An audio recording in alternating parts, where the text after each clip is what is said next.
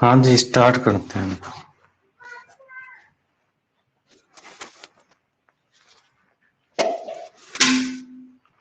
Start करते हैं, ठीक है।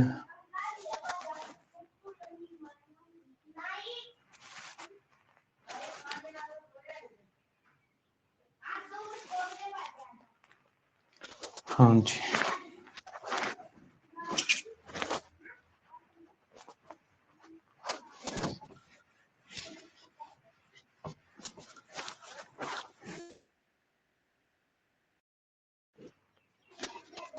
देखो इसमें कल के कुछ क्वेश्चंस थे आपके,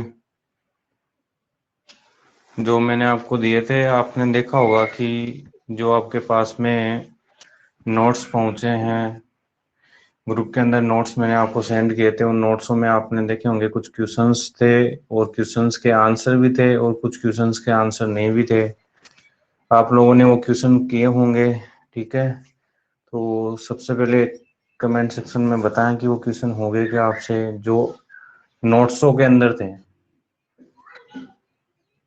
होने का मतलब ये नहीं है कि आंसर देख के कर लिया हो, इस टाइप से नहीं करना उनको, ठीक है। अभी देखो, एक क्वेश्चन था उनमें से जो मेरे को लगता है कि काफी इम्पोर्टेंट था और उसको समझना आपके लिए भी इम्पोर्टेंट है। उसको स्टार्ट करेंगे उससे पहले अपन क्या करेंगे कि आज का कुछ नया टॉपिक स्टार्ट कर लेते हैं। फिर एक क्वेश्चन है जो आपके लिए इम्पोर्टेंट रहेगा, क्योंकि आप शायद उसमें कुछ गलती कर सकते हो। बाकी सारे क्वेश्चन आप इजीली सोल्व कर लोगे, ये पता है। तो देखते हैं आज का जो टॉपिक रहेगा। अगर बात करूं, इलेक्ट्रोकेमिस्ट्री में कभी कभार 5 नंबर का क्वेश्चन पूछ लेता है, तभी मैंने ये चैप्टर सबसे पहले लिया है। 5 नंबर का क्वेश्चन यहाँ से बन जाता है, ठीक है। अभी आप बोल रहे हो कि ऑब्जेक्टिव टाइप रहेंगे, तो ज्यादातर क्वेश्चन इलेक्ट्रोकेमिस्ट्री में जिस टॉपिक से पूछे जाते हैं वो नर्नस्ट इक्वेशन है, ठीक है। नर्नस्ट इक्वेशन से काफी ज्यादा क्वेश्चन पूछे जाते हैं। अगर मैं बोलूं कि इस चैप्टर के अंदर अगर आपका 5 नंबर का क्वेश्चन बनता तो कहाँ से बनता? नर्नस्ट इक्वेशन से ही बनता, ठीक है। या एक टॉपिक और आएगा कंडक्टेंस, इसके आगे पढ़ेंगे, ठीक है। आज नर्नस्ट इक्वेशन अगर अपन कंप्लीट कर लेते हैं तो ध्यान रखना, अपना हाफ ये जो चैप्टर है वो कंप्लीट हो जाएगा। फिर आपके पास में इसका हाफ पोर्शन और बचेगा, कंडक्टेंस वगैरह बचेंगे, तो वो भी काफी इजी है, ठीक है। तो देखना, नर्नस्ट इक्वेशन देखो है तो वैसे एक छोटा टॉपिक ही, बट इससे जो टाइप ऑफ क्वेश्चन बनते हैं 5 या 6 टाइप के क्वेश्चन बन जाते हैं एग्जाम के अंदर, ठीक है। तो टाइप डिस्कस करना इम्पोर्टेंट है। बाकी नर्नस्ट इक्वेशन तो समझ लेंगे अपन, इसी क्लास में कंप्लीट हो जाएगा नर्नस्ट इक्वेशन। उसके जो टाइप चलेंगे उसके लिए एक क्लास और चाहिए, ठीक है। टाइप अपन पूरे कल डिस्कस हो पाएंगे, आज तो ओनली नर्नस्ट इक्वेशन और कुछ क्वेश्चंस ही करेंगे, ठीक है। तो देखते हैं जो नया टॉपिक है अपना, नर्नस्ट इक्वेशन स्टार्ट करते हैं यहाँ पे। देखना, जो आज का जो टॉपिक रहेगा नर्नस्ट इक्वेशन रहने वाला है। जो आज का आपका जो टॉपिक रहने वाला है वो है नर्नस्ट इक्वेशन रहेगा, ठीक है। सबसे पहले बात करते हैं कि हाँ नर्नस्ट इक्वेशन होती क्या है, इसके बारे में डिस्कस करते हैं। उससे पहले मैं आपको कुछ एक्सप्लेन करता हूँ उसको। मैंने आपको बताया कि ई नोड ऑक्सीडेशन की बात करता था मैं, आपने ई नोड ऑक्सीडेशन निकाला, ई नोड रिडक्शन निकाला।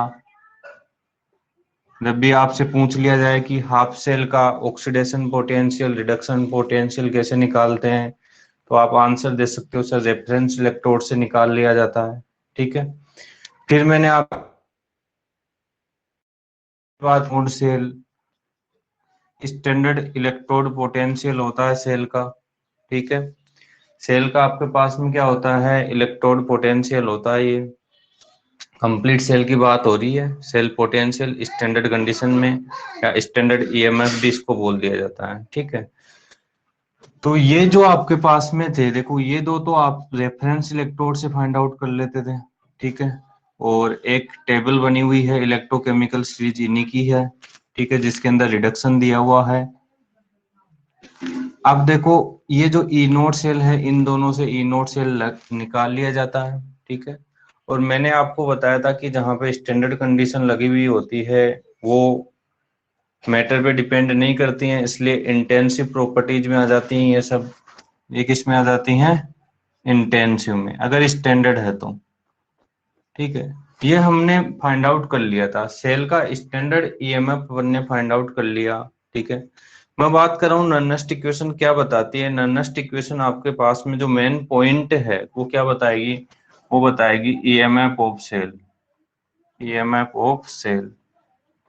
अब देखो, ये भी आपके पास में ईएमएफ ऑफ सेल ही था, बट ये तो आपके पास में कितनी कंसंट्रेशन पे रहेगा? 1 एम पे रहेगा। ठीक है, 298 केल्विन टेम्परेचर लगा लेना। ठीक है, अब 1 एम पे रहेगा तो ये ओनली स्टैंडर्ड कंडीशन के लिए रहेगा। ठीक है, और फाइंड आउट करना भी सीख गए थे इन दोनों से अपन। तो ये तो आपके पास में क्या रहेगा? जब 1 एम कंसंट्रेशन होती है इलेक्ट्रोलाइट की,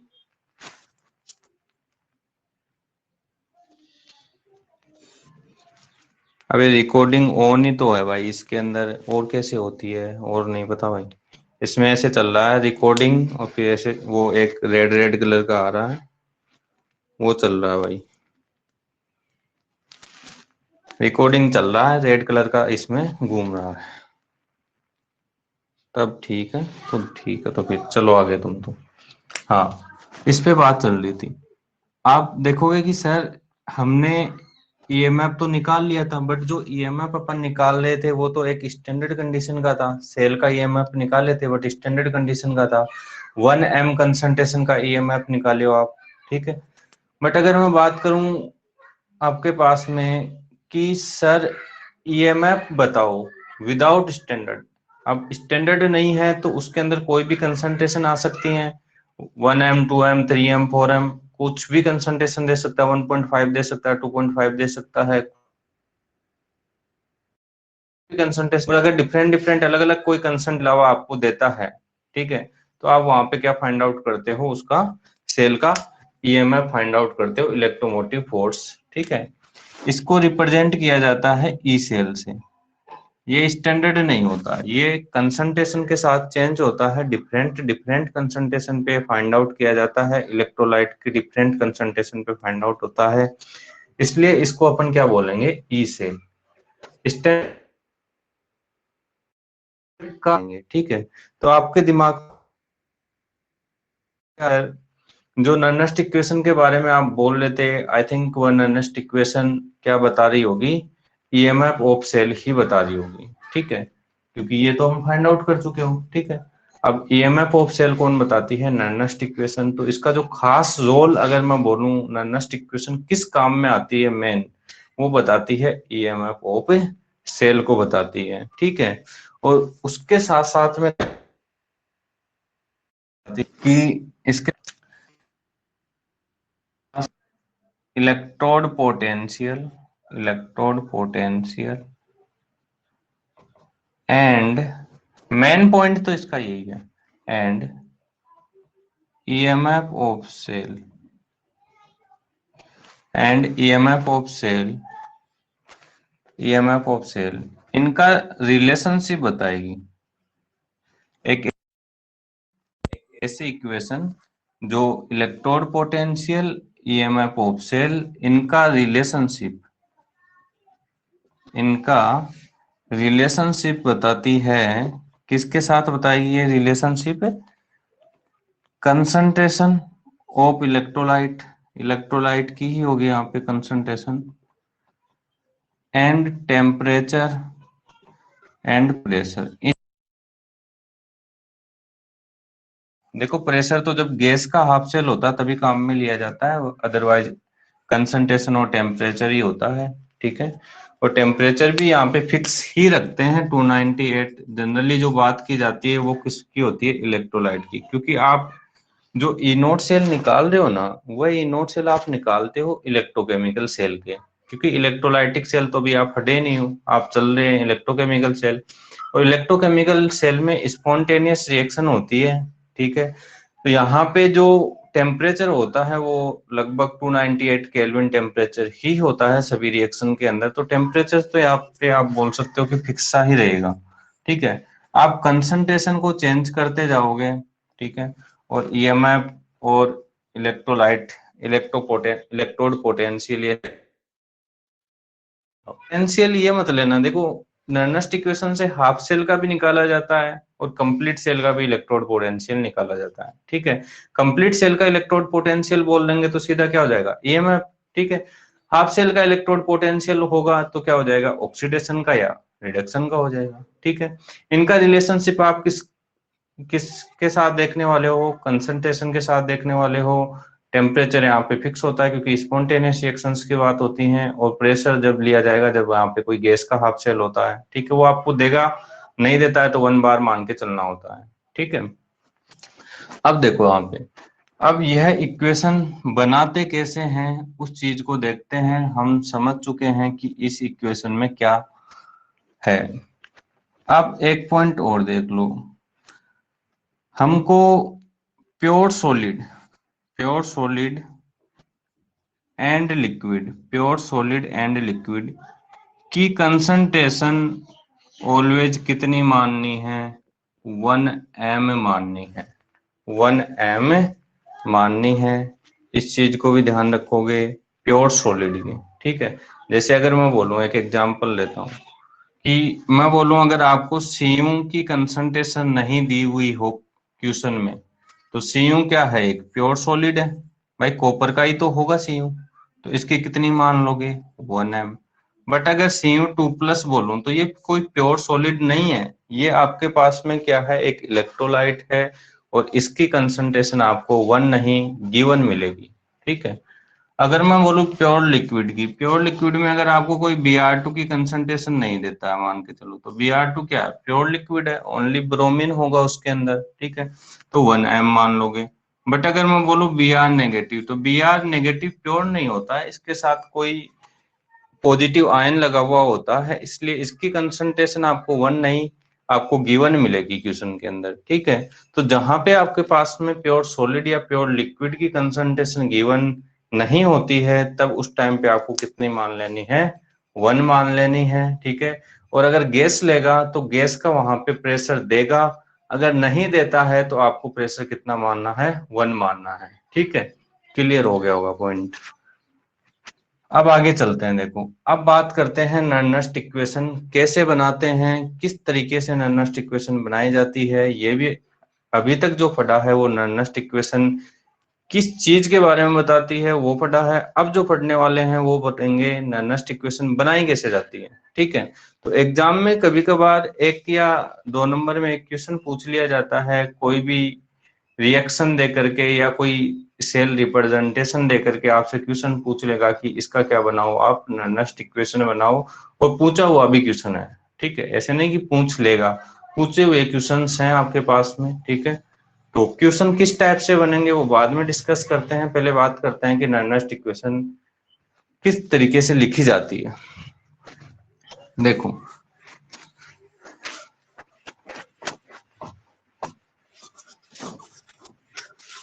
सबसे पहले अगर मैं बात करूं नर्नस्ट इक्वेशन, जब भी आप बात करें नर्नस्ट इक्वेशन, तो नर्नस्ट इक्वेशन जो होती है यह रिएक्शन से लिखी जाती है। कभी भी डायरेक्ट सेल रिप्रेजेंटेशन से नर्नस्ट इक्वेशन नहीं बनती हैं, रिएक्शन से नर्नस्ट इक्वेशन बनती हैं, ठीक है। और Nernst equation half cell reaction के लिए भी बनाई जाती हैं और कंप्लीट सेल रिएक्शन के लिए भी नर्नस्ट इक्वेशन बनाई जाती हैं, ठीक है। तो दो तरीके से नर्नस्ट इक्वेशन बनाना सीखेंगे अपन, ठीक है। सबसे पहले मैं बात करता हूँ हाफ सेल रिएक्शन के लिए, हाफ सेल रिएक्शन के लिए नर्नस्ट इक्वेशन। सबसे पहले बात कर लेते हैं हाफ सेल रिएक्शन के लिए, फिर दोनों हाफ सेल रिएक्शन मिलकर के एक कंप्लीट सेल रिएक्शन बनाती हैं, फिर उस कंप्लीट सेल रिएक्शन के लिए नर्नस्ट इक्वेशन की बात करेंगे। हाफ सेल रिएक्शन के क्वेश्चंस जो हैं वो बहुत कम पूछे जाते हैं, कंप्लीट सेल रिएक्शंस के क्वेश्चन बहुत ज्यादा पूछ लिए जाते हैं, ठीक है। देखना आगे, एक में हाफ सेल में देखो, हाफ सेल रिएक्शन आपके पास में दो होती हैं सर, या तो ऑक्सीडेशन गिवन होगा, रिएक्शन ऑक्सीडेशन रिएक्शन होंगी, या रिडक्शन रिएक्शन हो सकती है। या रिडक्शन रिएक्शन हो सकती हैं। सबसे पहले बात कर लेते हैं हम रिडक्शन रिएक्शन के लिए। रिडक्शन रिएक्शन के लिए पहले क्यों लिख रहे हैं, क्योंकि इलेक्ट्रोकेमिकल सीरीज के अंदर मोस्टली क्या दिया हुआ है, सारा रिडक्शन पोटेंशियल दिया हुआ है स्टैंडर्ड कंडीशन का, ठीक है। इसलिए हम पहले रिडक्शन रिएक्शन के लिए लिखेंगे, फिर हम किसके लिए लिखेंगे, ऑक्सीडेशन रिएक्शन के लिए, ठीक है। तो सबसे पहले लिखते हैं रिडक्शन रिएक्शन के लिए नर्मस्ट इक्वेशन। देखना, मैंने एक रिडक्शन रिएक्शन लिखी है यहाँ पे, M N plus N E electron और एम। अब देखना यहाँ पे मैं इस रिएक्शन के लिए क्या लिखूंगा, नर्मस्ट इक्वेशन पता होना चाहिए रिएक्शन कौन सी है। रिडक्शन की रिएक्शन है सर, एन प्लस से किस में जा रहे हो, जीरो में, तो ये क्या हुआ, डिक्रीज हुआ। और डिक्रीज ऑक्सीडेशन स्टेट क्या होती है आपके पास में, रिडक्शन को बताती है, ठीक है। अब लिखते हैं यहाँ पे, देखो एक यहाँ पे मैं आपके सामने एक फॉर्मूला लिख रहा हूँ, एक इक्वेशन लिख रहा हूँ, सॉरी, एक इक्वेशन लिख रहा हूँ। वह इक्वेशन थर्मोडायनेमिक्स से आती है और 11th क्लास की थर्मोडायनेमिक्स से आती है। अब सोच रहे होंगे कि सर ये 11th क्लास की थर्मोडायनेमिक्स से आती है, हमको तो समझ में नहीं आएगा, ठीक है। एक बात मैं अगर आपको बोलना चाहूँ, अगर आप 11th क्लास फट भी लेते हैं, ठीक है, थर्मोडायनेमिक्स एक ही इक्वेशन आएगी, तो भी अगर मैं आज आपसे पूछता पढ़ने के बाद में, तो आप उस इक्वेशन को नहीं बता पाते, ठीक है, कि वो इक्वेशन कौन सी थी। तो जो बच्चे फट चुके होते हैं वो भी नहीं बता पाते हैं। आप डायरेक्ट उस इक्वेशन को आप याद रखना, क्योंकि यहाँ पे याद ही रखी जाती है और कुछ नहीं है। और वह इक्वेशन याद रखना इम्पोर्टेंट नहीं है, इससे जो बनने वाला फॉर्मूला है, नर्मस्ट इक्वेशन जो है, वो है इम्पोर्टेंट आपके लिए, ठीक है। तो देखना, del G is equal to del G naught plus R T L N K C. ये इक्वेशन थर्मोडायनेमिक्स से आती है।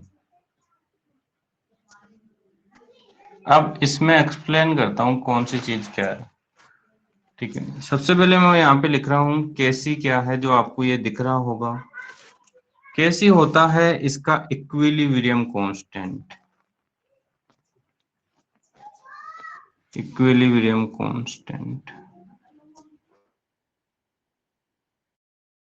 इसका इक्विलिब्रियम कौन, इक्विलिब्रियम कांस्टेंट आप जानते होंगे, होता है कि जब रिएक्टेंट और प्रोडक्ट होना बंद हो जाते हैं, डेड कंडीशन क्या होती है, इक्विलिब्रियम, ठीक है। तो इक्विलिब्रियम कांस्टेंट की बात कर रहा हूं यहाँ पे। सबसे पहले हम देखेंगे कि यहाँ पे इक्विलिब्रियम कांस्टेंट किसी रिएक्शन के लिए कैसे लिखा जाता है, यह लिखना आना चाहिए नर्मस्ट इक्वेशन में। सबसे पहले देखता हूं मैं इस रिएक्शन के लिए क्या लिख रहा हूं, इक्विलिब्रियम कांस्टेंट लिखना बता रहा हूं, समझ लेना। K C is equal to divide by reactant.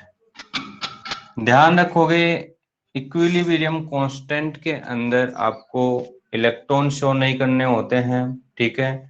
चाहे वो कोई सी भी रिएक्शन के लिए आप लिखो, हाफ सेल, कंप्लीट सेल, कोई सी भी रिएक्शन के लिखो, आपको लिखना वहां पे प्रोडक्ट डिवाइड बाय रिएक्टेंट, ठीक है। बट इलेक्ट्रॉन मेंशन नहीं करने। देखो कैसे, मैं क्या बोल रहा हूँ समझना।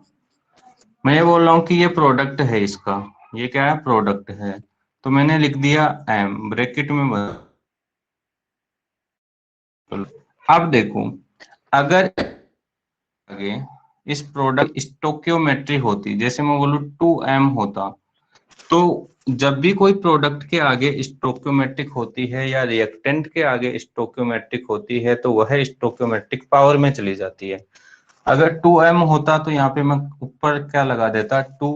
बट अपनी जो इक्वेशन है हाफ सेल की, उसमें 2m नहीं, ओनली 1m ही है, इसलिए 2 नहीं लगाएंगे ऊपर। क्लियर हो गया होगा। अब नीचे जो बना है वो एम एन प्लस बना है। अब यहाँ पे भी दे सकते हो, इस रिएक्टेंट के आगे कोई भी स्टोक्योमेट्रिक नहीं है, यहाँ पे 1 मानी जाती है। अब चाहे 1 पावर में लगाओ चाहे मत लगाओ, कोई फर्क नहीं पड़ता। अगर यहाँ पे 2m n प्लस होता तो आप ऊपर क्या लगा देते, पावर में 2 लगा देते, ठीक है। ध्यान रहे पावर में स्टोक्योमेट्रिक की बात कर रहा हूं मैं, और किसी को मत ले जाना, ठीक है। स्टोइकोमेट्रिक प्रोडक्ट के आगे जो वैल्यू होगी वो पावर में जा सकती है अगर है तो, ठीक है। अगर रिएक्टेंट के आगे जो वैल्यू है वो पावर में जा सकती है। अब तुम सोच रहे होंगे सर इस इलेक्ट्रॉन को भी लिख देता हूं। अब इलेक्ट्रॉन के आगे कुछ वैल्यू होगी यहाँ पे, तो आप एन पावर में लेकर के जाओगे, ठीक है। और ये गलत हो जाएगा, ये गलत हो जाएगा। मैंने अभी क्या बोला, नॉनेस्ट इक्वेशन जब भी लिखोगे आप तो ध्यान रहे वहां पे इलेक्ट्रॉन मेंशन नहीं करने, आपको रिएक्टेंट और प्रोडक्ट ही लिखना है, इलेक्ट्रॉन कोई मेंशन नहीं करना है, ठीक है। तो ध्यान रखोगे इस चीज का। यहाँ पे इलेक्ट्रॉन को छोड़ देंगे और ये आपके पास में क्या हो गया, इस सेल का केसी हो गया। एक अदर रिएक्शन मैं यहाँ पे बना रहा हूँ, उस सेल का केसी लिख करके बताता हूँ, समझने की कोशिश करना, ठीक है। मैंने एक रिएक्शन बनाई यहाँ पे 2A goes to 2B plus 1C।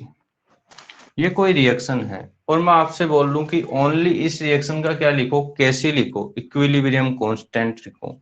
तो आप किस तरीके से लिखोगे, के सी प्रोडक्ट में कौन गया, बी गया, बी के पावर में कितना जाएगा, 2, क्योंकि आगे स्टोइकोमेट्रिक कितनी है, 2 है। फिर लिखोगे सी, मल्टीप्लाई का साइन रहेगा बीच में और पावर में कितना जाएगा, 1। ऐसे मत लिख देना कि यहाँ पे प्लस है तो यहाँ पे मैं प्लस लगा देता हूँ बीच में, प्लस नहीं लगाना है आपको, आपको क्या रखना है, मल्टीप्लाई के साइन में उनको रखना है, ठीक है। क्लियर हो गया होगा इस इक्वेशन से सारा पॉइंट। अब आपको क्या करना है, नीचे ओनली ए है तो 2A नहीं, पावर में चला जाएगा 2, ठीक है। आई थिंक आप कैसे लिखना सीख गए होंगे, उम्मीद करता हूँ आप कैसी को अच्छे से सीख गए होंगे कि किस तरीके से कैसी लगता है, कैसी लिखा जाता है, सॉरी लगता नहीं, लिखा जाता है।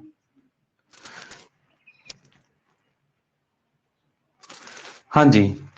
अब देखो, ये हमने कैसी तो लिखना सीख गए, कैसी तो लिख लेंगे, ठीक है। मैं इसको थोड़ा इधर ले जाता हूँ, इधर लगा देते हैं कैसी। अब आगे बात करते हैं इसके अंदर, कैसी का काम हो गया, एल एन, ये तो आप मैथ के होंगे, आपको पता होना चाहिए, L N value, log value, ठीक है, वही है यहाँ पर।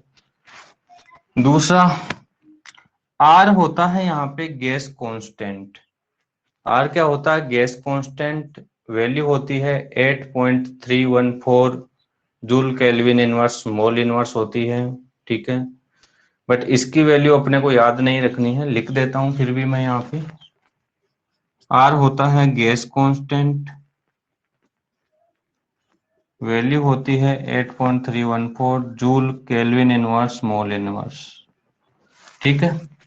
बट वैल्यू क्यों नहीं याद रखनी है, अभी इस जो अपन ने फॉर्मूला बना रहे हैं, नेस्ट इक्वेशन बना रहे हैं, उसको मॉडिफाई करेंगे और ये आर वैल्यू हट जाएगी यहाँ से, ठीक है, फिक्स होती है।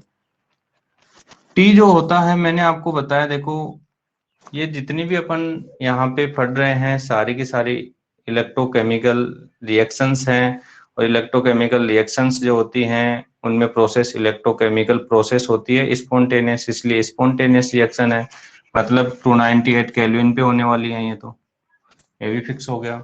डेल जी नोड में हमने पहले भी आपको कहीं बताया होगा, और वो जो दो फॉर्मूले लिखाए थे आज उनका यहाँ पे इम्पोर्टेंट, आज उनका यहाँ पे रोल होगा एक खास।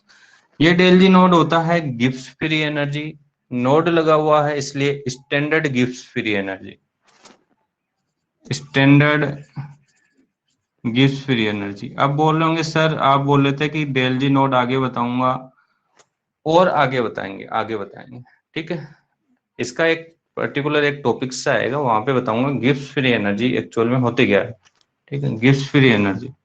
अभी तो आप ध्यान रखो, क्योंकि यहाँ पे ये टॉपिक ले लेंगे तो फिर ये वाला नहीं होगा। फिर आगे बात कर लेते हैं डेल जी। डेल जी होता है आपके पास में Gibbs free energy only, Gibbs free energy, Gibbs free energy. ये मैंने आपके सामने क्या लिखे हैं, इस इक्वेशन के अंदर आपके पास में क्या क्या, किस किस की वैल्यू क्या है, क्या किस कंप्लीट यहाँ पे लिख लिया हमने। इसको अभी मॉडिफाई करेंगे और बनाएंगे, ठीक है। तो इसको आगे मॉडिफाई करते हैं, देखना। आप फॉर्मूला यहाँ पे लिख देता हूँ, माइनस एन एफ ई होता है del G naught is equal to E, ठीक है। ये दो फॉर्मूले आपने यहाँ पे पढ़े होंगे। अब देखो यहाँ पे इनको यहाँ पे पुट कर देता हूँ, minus N F E is equal to minus N F E naught plus R T L N K C. के सी की वैल्यू बाद में रखेंगे, नहीं रखेंगे, इक्वेशन बड़ी बन जाएगी नहीं। अब ये जो इक्वेशन मान लेता हूँ वन इक्वेशन है, equation one divided by minus N F. आप इसको किससे डिवाइड कर दोगे, माइनस एन एफ से डिवाइड कर दोगे, और माइनस एन एफ से डिवाइड करने के बाद में क्या बनने वाला है लिखते हैं। डायरेक्ट लिख रहा हूं, इसके नीचे माइनस एन एफ आएगा तो क्या बनेगा, ई। इसके नीचे माइनस एन एफ आएगा तो बनेगा ई नोड। इसके नीचे माइनस एन एफ आएगा तो R T N F L N K C. और अगर इससे ये नहीं समझ में आ रहा ना तो सो जा वीडियो बंद करके, ठीक है। कोई सॉल्यूशन नहीं है फिर। अब आगे देखो, अब आप, मैं बोलूं कि अगर यही इक्वेशन रख रहे क्या नेक्स्ट इक्वेशन की, तो आपके दिमाग में आ रहा होगा सर एल एन वैल्यू को कैसे सोल्व किया जाएगा। तो इस एल एन को पहले कन्वर्ट कर लो आप हो, ठीक है। आपको 0 से लेकर के 10 तक लॉग की वैल्यू पता होनी चाहिए, नहीं अपने आप लॉग की वैल्यू पता चल जाएंगे, कर लो आप, ठीक है। याद नहीं होती है तो कोई सॉल्यूशन नहीं है फिर। तो इस एल एन को लॉग में कैसे कन्वर्ट करते हैं, लिख देता हूं इधर, L N is equal to 2.303 log. L N की जगह क्या लिख देंगे, 2.303 लॉग लिख देंगे। एल एन किस में कन्वर्ट हो जाएगा, लॉग के अंदर, ठीक है। क्या लिखा जाएगा, E is equal to E minus R T divide by N F log K C, log K सी, ठीक है। लिख लिया आराम से। अब लॉग की वैल्यू को आप सोल्व कर सकते हो। अभी भी इसको थोड़ा और मॉडिफाई करते हैं ताकि अपने पास क्वेश्चन करने में थोड़ा इजी रहे, ठीक है। अब देखो, इस इक्वेशन के अंदर आर की वैल्यू फिक्स होती है और एफ की वैल्यू क्या रहेगी, सॉरी एक चीज भूल गया, 2.303 लॉग के सी। जो मैं राउंड किया हूं इनकी वैल्यू क्या फिक्स रहेगी कि नहीं रहेगी, रहेगी। फिर आप ऑलवेज यही वैल्यू रखेंगे।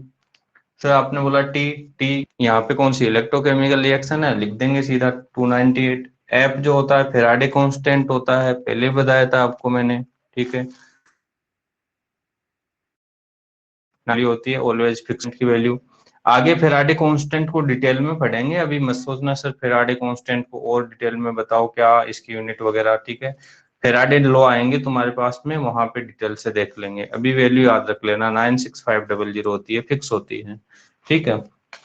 और 2.303 तो चेंज होगा ही नहीं। तो हम क्या लिख सकते हैं आगे, लिखता हूं यहाँ पे, R T 2.303 divide by F is equal to, अगर इसको सोल्व किया जाता है तो वैल्यू बनती है ये वाली 0.0। वैल्यू आप डायरेक्ट ही आप इस वैल्यू को रखोगे, सर कैसे आया, आप यहाँ की आएगी, ठीक है।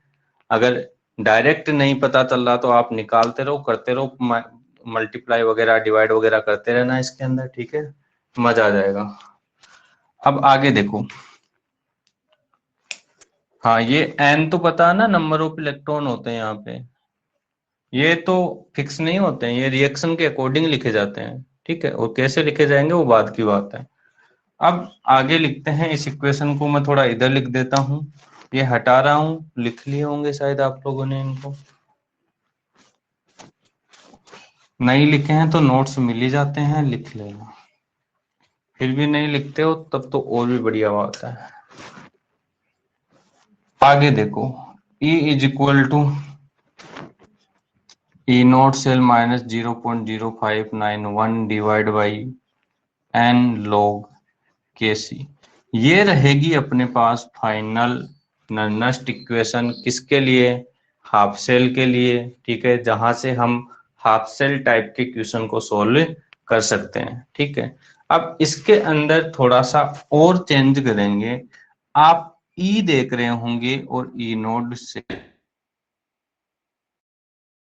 पे ई सेल लिख में, या ई नोट सेल लिख दूं क्या? अब ई भी तो बताना होगा ना, ई और ई नोट सेल जो इलेक्ट्रोड पोटेंशियल और स्टैंडर्ड इलेक्ट्रोड पोटेंशियल वो हाफ सेल का है या कंप्लीट सेल का है। अगर मैं ई सेल लगा दूंगा तो कंप्लीट सेल की इक्वेशन तो बना ही नहीं। ई नोट सेल लिख दूंगा तो ये क्या बन जाएगा आपके पास में, फिर से कंप्लीट सेल का क्या बन जाएगा, स्टैंडर्ड पोटेंशियल बन जाएगा आपके पास में। तो आपको E and E naught cell नहीं लगाना है। ठीक है, आपको हाफ सेल रिएक्शन के लिए बनाए हो तो हाफ सेल का यहाँ पे कुछ आपके पास में सिंबल भी होने चाहिए कि हाँ सर हमने हाफ सेल रिएक्शन के लिए बनाया। तो ई एम एन प्लस, कौन सी रिएक्शन है ये? रिडक्शन रिएक्शन है। ठीक है, तो क्या लिख दोगे, एम प्लस से एम, प्लस एन से जीरो में गए। ठीक है, रिडक्शन का साइन दिख रहा होगा। ये आपके पास में रिडक्शन पोटेंशियल है हाफ सेल रिएक्शन का। ठीक है, और ये विदाउट स्टैंडर्ड कंडीशन में है। स्टैंडर्ड कंडीशन का तो किससे फाइंड आउट कर रहे थे अपन, हाफ सेल का रेफरेंस से। ठीक है, और अगर विदाउट स्टैंडर्ड कंडीशन का हाफ सेल फाइंड आउट करना है आपको, ठीक है, तो किससे फाइंड आउट कर सकते हो, इस नर्नस्ट इक्वेशन के लिए। फिर से सुनना, स्टैंडर्ड कंडीशन का हाफ सेल फाइंड आउट किया जाता है रेफरेंस इलेक्ट्रोड से, और अगर विदाउट स्टैंडर्ड कंडीशन का हाफ सेल इलेक्ट्रोड आपको निकालना है, इलेक्ट्रोड पोटेंशियल निकालना है। ठीक है, ये विदाउट स्टैंडर्ड कंडीशन का क्या है, रिडक्शन पोटेंशियल है। इन इक्वेशन के थ्रू आप निकाल सकते हो, और जो स्टैंडर्ड कंडीशन के नहीं होते हैं वह कंसंट्रेशन पे डिपेंड करते हैं। ठीक है जी। अब यहाँ पे हम ये लगाएंगे, क्योंकि हमने हाफ सेल के लिए निकाला है तो लिखेंगे कि रिडक्शन का इलेक्ट्रोड पोटेंशियल है ये। ठीक है, और रिडक्शन आते ही हाफ सेल अपने आप ही बन जाता है। यहाँ पे लिखेंगे रिडक्शन वाले का स्टैंडर्ड, इसकी वैल्यू हम निकाल चुके हैं रेफरेंस से। बाकी केसी की वैल्यू आप लिख सकते हो, क्या बनने वाली है, क्या थी भाई, M divide by M N plus, ये लिखा था केसी हमने। ठीक है, अब मैंने आपको ये बोला होगा अगर प्योर सॉलिड होगा तो वहां पे कंसंट्रेशन ऑलवेज वन होती है, और इम्प्योर होता है तो कंसंट्रेशन वन नहीं होती है, गिवन होती है। तो हम एक तो सीधा सीधा यहाँ पे लिख सकते हैं कि ये जो एम होगा ये मेटल होगा, और मेटल प्योर होगा।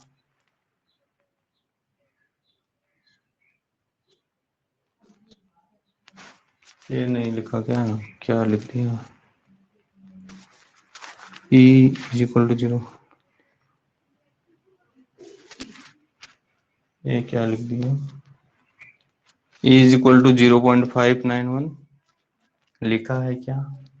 अरे ये E इज इक्वल टू 0.591 नहीं होता, इसकी वैल्यू होती है 0.591। ठीक है, तो हम इन की जगह क्या लिख देंगे, 0.591 लिखते हैं।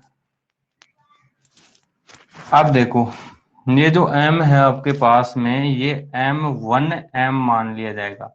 इस m का मतलब होता है मेटल का कोई इलेक्ट्रोड होगा। इस m का मतलब है आपके पास में मोलैरिटी।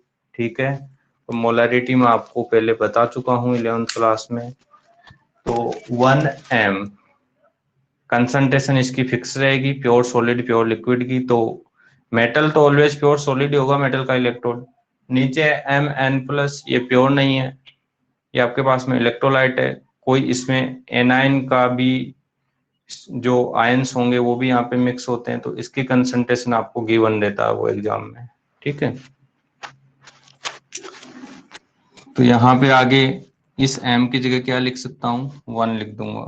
क्या लिख दूंगा, 1। ठीक है, ये आपके पास में क्या बन चुकी है, एक हाफ सेल के लिए नर्नस्ट इक्वेशन। नर्नस्ट इक्वेशन ध्यान रखना, इस तरीके से आप क्या लिख सकते हो, हाफ सेल के लिए नर्नस्ट इक्वेशन लिख सकते हो। आई थिंक आप समझ गए होंगे इस चीज को। आगे बात करते हैं। ठीक है जी, समझ गए, आगे चलें। अरे आगे चलूं क्या, कोई हार्ड टॉपिक तो है ना भाई, इजीली नर्नस्ट इक्वेशन लिखना सीखें, अभी इनसे क्वेश्चन करना सीखेंगे। अभी तो ये लिखना सीखें, अभी क्वेश्चन करना भी सीखेंगे। क्वेश्चन के तो टाइप मैं आपको करवा दूंगा वो सारे तो। ठीक है, लेकिन हाफ सेल वाली नर्नस्ट इक्वेशन से क्वेश्चन बहुत कम आते हैं। कभी कभार एक क्वेश्चन पूछ लिया जाता है यहाँ से, देखो वो ये पूछ लेता है कि हाफ सेल का रिडक्शन पोटेंशियल अगर बनेगा तो, थ्योरेटिकल क्वेश्चन होता हाफ सेल का रिडक्शन पोटेंशियल। अब स्टैंडर्ड नहीं बोला इसने, ठीक है। हाफ सेल का रिडक्शन पोटेंशियल की इलेक्ट्रोलाइट की कंसंट्रेशन के साथ इंक्रीज हो, अगर इलेक्ट्रोलाइट की कंसंट्रेशन बढ़ाऊंगा तो ये इंक्रीज होगा या डिक्रीज होगा। मैं इलेक्ट्रोलाइट की कंसंट्रेशन को इंक्रीज कर रहा हूं तो हाफ सेल के रिडक्शन पोटेंशियल में क्या चेंज आने वाला है। देखो, अगर हाफ सेल का स्टैंडर्ड होता तो कोई चेंज नहीं आता, क्योंकि कंसंट्रेशन पे डिपेंड नहीं करते स्टैंडर्ड वाले। ठीक है, मैंने लिखा है हाफ सेल का रिडक्शन पोटेंशियल इलेक्ट्रोलाइट की कंसंट्रेशन के साथ इंक्रीज होगा या डिक्रीज होगा। आंसर बताओ इस इक्वेशन को देख करके।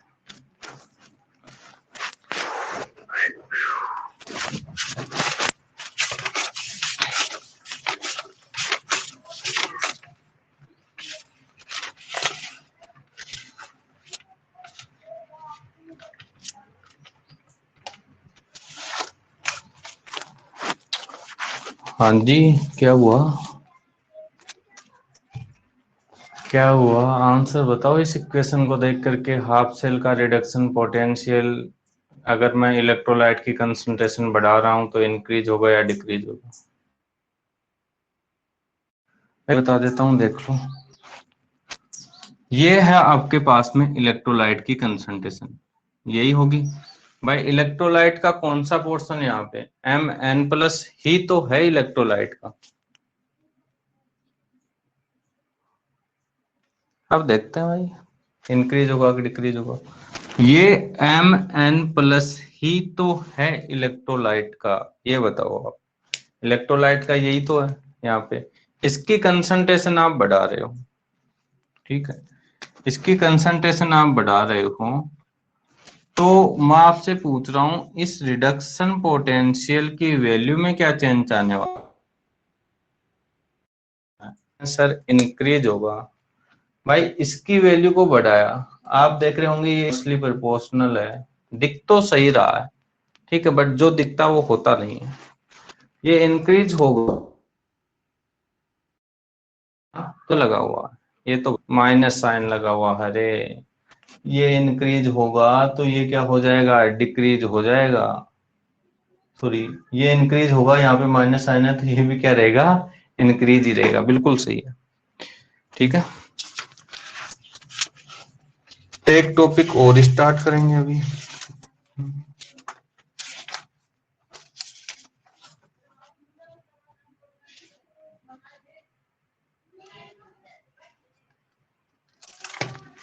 हाँ बिल्कुल सही है आपका, ठीक है, ये आंसर कि आप इसको इंक्रीज करोगे तो ये होना क्या चाहिए था, डिक्रीज, बट साइन क्या है, नेगेटिव। तो ये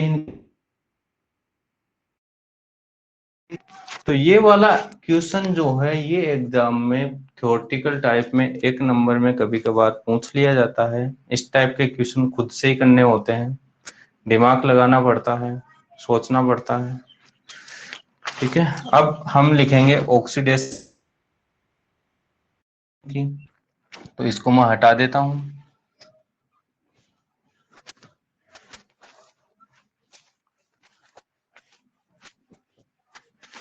ऑक्सीडेशन की रिएक्शन के लिए बात कर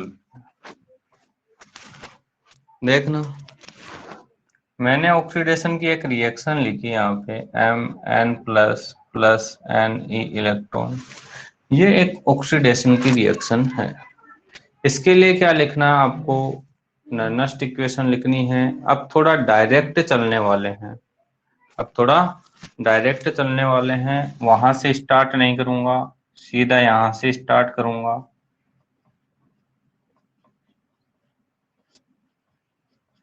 यहां तक तो सेम ही रहेगा,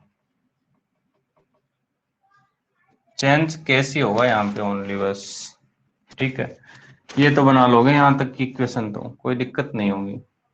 अब देखो, आपको पता है कि RT 2.303 divide by F value होती है इसकी 0.0591, ये इसकी वैल्यू होती है। ठीक है जी,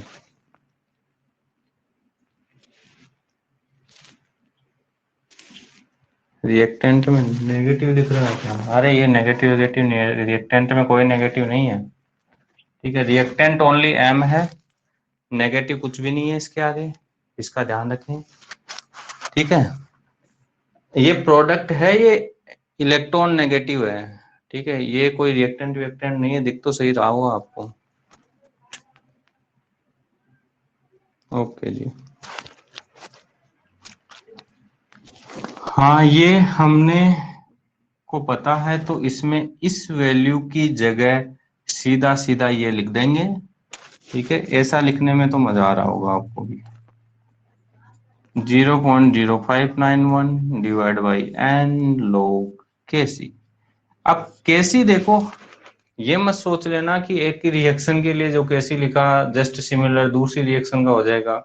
Kc हर एक रिएक्शन का अलग अलग होता है, और यहाँ तक का पोर्शन आपको सभी में सेम दिखेगा। नर्नस्ट इक्वेशन का यहाँ तक का पोर्शन लगभग सेम ही होता है। ठीक है, Kc चेंज हो जाता है यहाँ पे। ठीक है, इस चीज को ध्यान रखोगे तो कैसी लिखना आना चाहिए, इसलिए मैंने आपको सबसे पहले कैसी लिखना ही सिखाया है। कैसी में लिखोगे product divide by reactant. Product में कौन है सर, ये दो चीज प्रोडक्ट में है। इलेक्ट्रॉन को तो लिखना नहीं है, पहले ही समझ चुके हैं, लिख दिया तो फिर कुछ नहीं होगा आपका। Mn प्लस, कोई स्टोक्योमेट्रिक आगे नहीं है तो पावर में 1 रहेगा, और 1 को शो नहीं किया जाता। नीचे M, ये आपके पास में कैसी बना है, वहां पे बना था m divide by M N plus, यहाँ पे बना है Mn plus divide by m। ठीक है जी, यहाँ पे फिर क्या लिख दोगे, is equal to E naught minus 0.0591 divide by n log Mn plus divide by m। Bracket लगाओ चाहे मत लगाओ, कोई फर्क नहीं पड़ता इतना ज्यादा, अगर स्टोक्योमेट्रिक होती है तब लगाया जाता है। अब देखो, क्या मैं इस की जगह क्या लिखूंगा, ई का तो मतलब electrode potential, electrode potential mention तो करो किसका इलेक्ट्रोड पोटेंशियल ले रहे हो आप। ठीक है, तो मेंशन क्या कर देंगे यहाँ पे, किसका भाई, ऑक्सीडेशन की रिएक्शन का है। सेल सेल तो मेंशन नहीं करेंगे, सेल मेंशन करते कंप्लीट सेल रिएक्शन का हो जाता है, बट कंप्लीट सेल रिएक्शन तो है ही नहीं। ऑक्सीडेशन का तो ऑक्सीडेशन का इस तरीके से लिखते हैं भाई, एम से एम एन प्लस में गए, oxidation is equal to standard M से M N plus minus 0.0591 divide by N log M N plus, और ये m क्या हो जाता है, 1 हो जाता है। ये m क्या हो जाता है, 1, क्योंकि प्योर सॉलिड है। क्या है, प्योर सॉलिड है। ठीक है जी, ये आपके पास में क्या रहेगी, नर्नस्ट इक्वेशन। एक क्वेश्चन यहाँ से पूछ लेता हूँ, हाफ सेल का ऑक्सीडेशन पोटेंशियल, हाफ सेल का ऑक्सीडेशन पोटेंशियल। ठीक है, अगर आपने नोट्स उतारे हैं तो नोट्सों में ये पॉइंट जरूर आपको देखने को मिलेंगे, ऑक्सीडेशन पोटेंशियल कंसंट्रेशन के साथ डिक्रीज हो रहा है या इंक्रीज हो रहा है। ठीक है, तो जो कंसंट्रेशन के साथ डिक्रीज और इंक्रीज पूछा जाता है वो विदाउट स्टैंडर्ड कंडीशन का ही पूछा जाता है। ठीक है, ध्यान रखें इस चीज का। तो हाफ सेल का ऑक्सीडेशन पोटेंशियल, ये लाइन जरूर नोट्सों के अंदर है। हाफ सेल का ऑक्सीडेशन पोटेंशियल इलेक्ट्रोलाइट की कंसंट्रेशन को इंक्रीज करने पे इसमें क्या चेंजेज आएगा, आंसर करें जल्दी से। अरे आंसर करो जल्दी से, जल्दी से करो रे, कंप्लीट भी करना है इसको।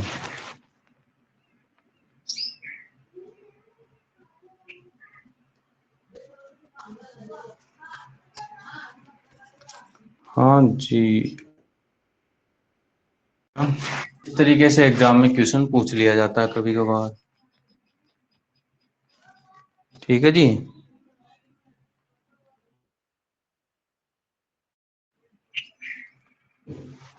हाँ जी, आगे चलते हैं, क्वेश्चन करेंगे अभी। ठीक है, क्वेश्चन भी करेंगे, पहले लिखना सीख रहे हैं। ठीक है, अब हाफ सेल के ही रिएक्शन के अंदर एक हाफ सेल लिया जाता है हाइड्रोजन का, और उस हाइड्रोजन के हाफ सेल के लिए एक रिएक्स वो लिखी जाती है नर्नेस्ट इक्वेशन। सुनना मैं क्या बोल रहा हूँ। वैसे तो हाफ सेल रिएक्शन के लिए नर्नेस्ट इक्वेशन कंप्लीट हो चुकी है, बट कभी कभार पीएच वैल्यू पूछ लेता है कि पीएच वैल्यू क्या होगी। ठीक है, तो अगर मैं हाफ सेल के अंदर हाइड्रोजन का ले रहा हूँ हाफ सेल, तो वहां से नर्नेस्ट इक्वेशन बनाने के बाद में एक पीएच का फॉर्मूला भी बनता है, वह पीएच का ना है। ठीक है, पीएच का फॉर्मूला और किसी के हाफ सेल से नहीं बनता है, ये ध्यान रखना। ठीक है, कभी पता चले सर मैं और किसी के हाफ सेल से बना लूं क्या, भाई पीएच पावर ऑफ हाइड्रोजन किससे बनेगा, हाइड्रोजन के फॉर्मूले से ही तो बनेगा। ठीक है, सोच रहा है सर कॉपर का लेकर बना दूंगा, बढ़िया चलेगा, कॉपर का लेकर उसमें पीएच कहाँ से आएगा, पावर ऑफ हाइड्रोजन, हाइड्रोजन के हाफ सेल से ही पीएच का फॉर्मूला बनता है। ठीक है, अभी बनाएंगे। उससे पहले एक बात और सुनो, अभी अपन ने ऑक्सीडेशन रिएक्शन और रिडक्शन रिएक्शन के लिए क्या बनाया, नर्नेस्ट इक्वेशन। जब भी आपके पास में एग्जाम में कोई क्वेश्चन आता है, ठीक है, तो कि एग्जाम में जब रिडक्शन वाली नर्नेस्ट इक्वेशन को, क्योंकि मैंने बोला है इलेक्ट्रोकेमिकल सीरीज में कौन सा पोटेंशियल गिवन होता है, reduction potential, standard reduction potential. तो आपको रिडक्शन वाली इक्वेशन ज्यादा काम में लेनी है हाफ सेल के क्वेश्चनों को सोल्व करने के लिए। बाकी ले सकते हो आप ऑक्सीडेशन वाली भी, कोई दिक्कत नहीं है, आंसर लगभग सेम सा ही आता है। ठीक है, लगभग क्या कंप्लीट सेम ही आएगा। एक क्वेश्चन करेंगे, पहले बनाएंगे अपन पीएच का फॉर्मूला, एक क्वेश्चन और करते हैं बट उसके लिए भी टाइम नहीं है, कल कर लेंगे। देखो, अब यहाँ पे देखो हाइड्रोजन का जो हाफ सेल है वह कौन सा हाफ सेल ले रहा हूँ, रिडक्शन कंडीशन का ले रहा हूँ, कैथोड पे लगेगा उस टाइप का ले रहा हूँ। तो मैं यहाँ पे रिडक्शन की वैल्यू ही, सॉरी रिडक्शन की इक्वेशन रिएक्शन ही लिखूंगा यहाँ पे। ठीक है, क्योंकि रिडक्शन पोटेंशियल ही गिवन होता है, ऑक्सीडेशन को भी इतने टाइम कभी कभार। ठीक है, हालांकि जिसके समझ में आता है वो तो नहीं होता। तो मैं यहाँ पे रिडक्शन की रिएक्शन लिख रहा हूँ ओनली, इसी से ही आप लिखोगे, कंफ्यूज नहीं होना बिल्कुल। ये रिएक्शन एक बैलेंस रिडक्शन रिएक्शन है हाइड्रोजन के हाफ सेल की। ठीक है, समझ गए होंगे। अब इसके लिए नर्नेस्ट इक्वेशन लिखना है, डायरेक्ट लिखूंगा, H प्लस से H 2 is equal to E naught cell H plus से H2 minus 0.0591 divide by N. N की वैल्यू यहाँ पे कितनी है, 1, कितनी है 1, कितने इलेक्ट्रॉन है 1। ठीक है, तो मैं यहाँ पे क्या लिख दूंगा 1, क्या लिख दूंगा 1। सर हम तो इस तरीके से नहीं, इस तरीके से बैलेंस करेंगे इसको, भाई इस तरीके से भी बैलेंस की जा सकती है, दोनों से फॉर्मूला सेम ही बनेगा। ठीक है, चाहे बना करके देख लेना। ठीक है, अगर ऑक्सीडेशन पे लोगे ना तब भी फॉर्मूला सेम ही बनेगा। ठीक है, बट उस टाइम पे साइन का फिर चक्कर हो जाएगा, सर साइन चेंज करो। ठीक है, इसलिए अपने को किसका ध्यान रखना, रिडक्शन वाले का है। ठीक है, और जो फॉर्मूला बनेगा उसको डायरेक्ट भी याद कर सकते हो आप, इसलिए 1 लिख दिया यहाँ पे। ये लेते कम बैलेंस रिएक्शन तो 2 लिख देते हैं यहाँ पे, बट ये ले लिया तो इसी को लिखेंगे आप।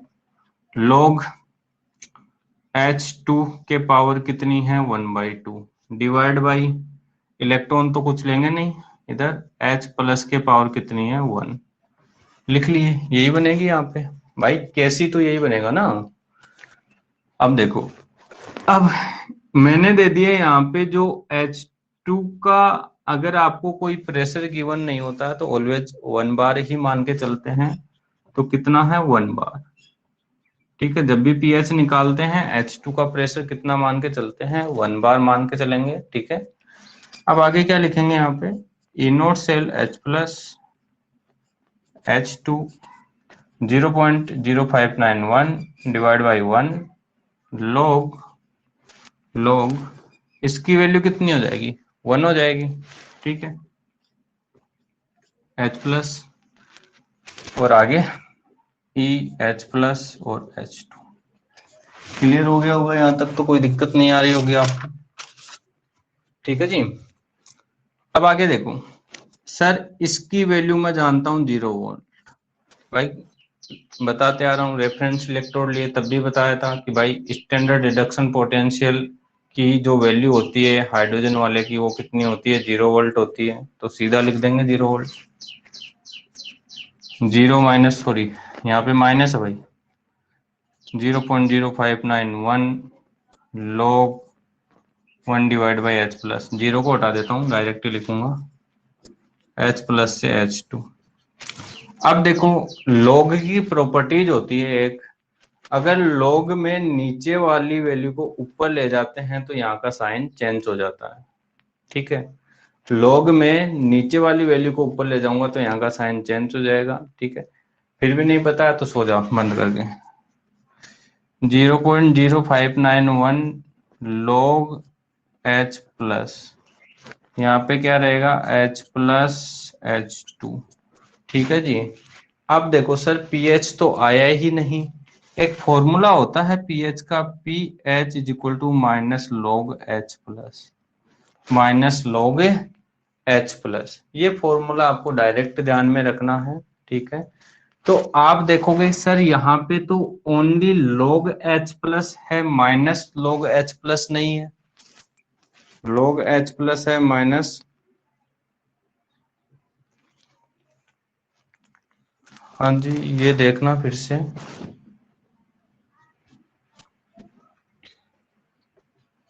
log H प्लस, मैं ये बोल रहा हूँ log की एक प्रॉपर्टीज होती है, अगर log के अंदर जो नीचे वाला, डिनोमिनेटर बोलते होंगे इस चीज को, ऊपर वाले को नोमिनेटर बोलते होंगे, इस नीचे वाले को जब ऊपर ले जाते हैं, ठीक है, तो यहाँ का साइन चेंज हो जाता है।